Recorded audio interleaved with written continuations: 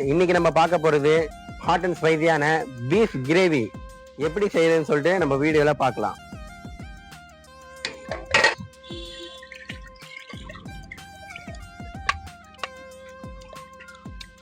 ஒரு ஸ்பூன் இஞ்சி பூண்டு பேஸ்ட்டு, நெக்ஸ்ட்டு மஞ்சத்தூள். வேலை சீக்கிரமா முடியணும், அதனால தான் வந்து குக்கரில் போடுறேன், இல்லைன்னா டேரெக்டாக வந்து வேக வச்சுக்கலாம்.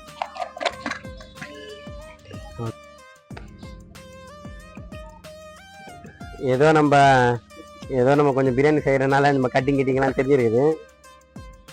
கட்டிங்லாம் நம்மளுக்கு ஈஸி, அத்துப்படி அதெல்லாம் அச்சிக்க முடியாது. இன்னைக்கு வேற கிளைமேட் வேற சூப்பராக இருக்குது. எந்த சைட்லேருந்து மழை பிச்சுன்னு பெய்யுமோ எல்லாத்தையும் எடுத்துன்னு கீழே ஓடணும்.